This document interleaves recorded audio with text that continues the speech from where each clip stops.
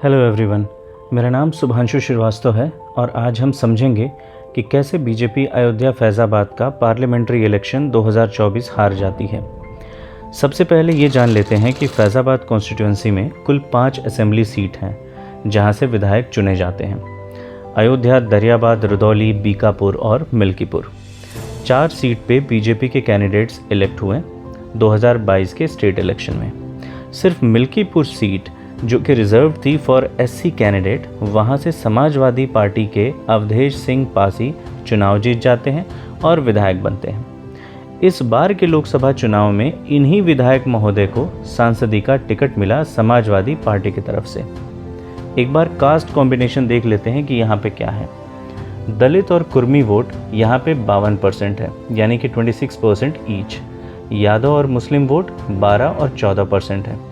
आपको ये याद होगा कि अखिलेश यादव लास्ट मोमेंट तक कैंडिडेट को चेंज कर रहे थे। समाजवादी पार्टी के द्वारा कास्ट कॉम्बिनेशन को ध्यान में रखते हुए फैज़ाबाद, जो कि एक जनरल सीट है, वहाँ से एक एससी कैंडिडेट अवधेश पासी को मैदान में उतारना एक मास्टर प्लान साबित हुआ। अब एक नज़र डाल लेते हैं बीजेपी के कैंडिडेट लल्लू सिंह, जो कि अयोध्या फैज़ाबाद एरिया के काफ़ी जाने माने और एक्सपीरियंस्ड नेता हैं। ये 1991 में जब राम जन्मभूमि का आंदोलन चल रहा था, तब ये बीजेपी के टिकट से अयोध्या के विधायक बने। 5 बार के विधायक रह चुके हैं और पिछले 10 साल से ये फैज़ाबाद के सांसद थे, यानी 2014 और 2019 में भी ये इलेक्ट हुए थे। बीजेपी ने इस बार फिर से इनको 2024 का टिकट दिया फैज़ाबाद से।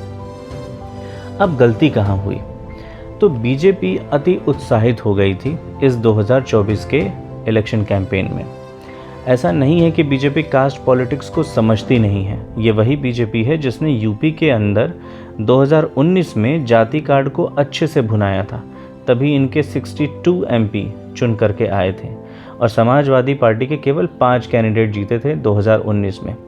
पर इस बार हुआ ये कि ऊपर माहौल खूब बना बीजेपी का और उनके टॉप लीडरशिप को भनक तक नहीं लगी कि ग्राउंड पे इनके ही कार्यकर्ता में निराशा है। बीजेपी का शीर्ष नेतृत्व अति उत्साहित था और ज़रूरत से ज़्यादा रिलैक्स भी कि मोदी के नाम पे तो वोट मिल ही जाएगा। आप एक बार लल्लू सिंह के इलेक्शन कैंपेन को देखिए। अयोध्या में भव्य दीपोत्सव, राम की पौड़ी का नवनिर्माण, राम मंदिर निर्माण, रामपथ, धर्मपथ का निर्माण, राष्ट्रीय दशरथ मेडिकल कॉलेज। वहीं जब आप अखिलेश यादव की समाजवादी पार्टी का कैंपेन देखते हैं तो वो केंद्रित था पीडीए के ऊपर, पिछड़ा, दलित और अल्पसंख्यक समाज। इसकी भागीदारी रेशियो वाइज ज़्यादा है। Akhilesh outplayed BJP with his strategy of PDA और आगे भी अखिलेश अब यही करने वाले हैं। पहले भी इनके पिताजी मुस्लिम और यादव एमवाई कॉम्बिनेशन के दम पे सरकार बनाते थे, अब पीडीए के दम पे चलेगी। बेसिकली ये एक गेम चेंजिंग एफर्ट है टू कंसोलिडेट द फाउंडेशन या core vote bank of BSP, Bahujan Samajwadi party. ऐसा आप देख सकते हो कि इस चुनाव में बसपा का जो कोर वोटर है वो बीजेपी की तरफ गया ही नहीं और बसपा ने खुद अंडर परफॉर्म किया है। पिछली बार उनके 10 सांसद थे, इस बार 0 सांसद हैं, कोई जीता ही नहीं। तो सारा वोट जो है ट्रांसफ़र हुआ इंडी गठबंधन को, यानी कि कांग्रेस और समाजवादी पार्टी की तरफ। दूसरा कारण है कि बाई एंड लार्ज जो ये 400 पार का नारा था, उससे भी पब्लिक बहुत अपने आप को रिलेट नहीं कर पाई और फैज़ाबाद में भी यही हुआ। जैसे 2014 में जो नारा लगा था कि बहुत हुई महंगाई की मार, अब की बार मोदी सरकार, वो थोड़ा प्रासंगिक भी है।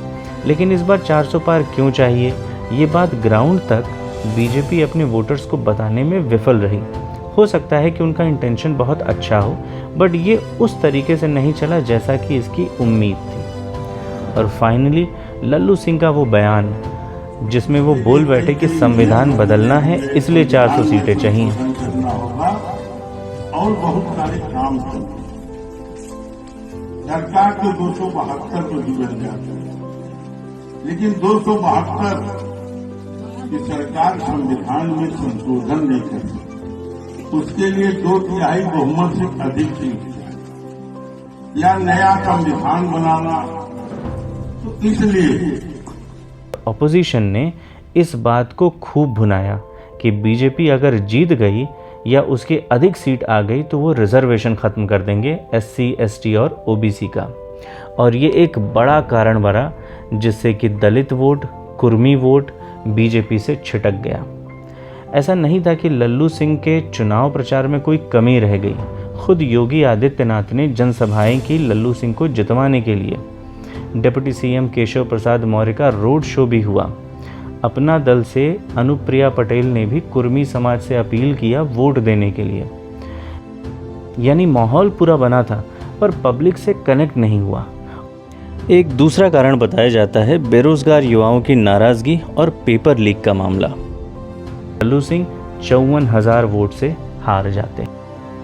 इस वीडियो को बनाने के पीछे का कारण है लोगों तक सही बात पहुंचाना।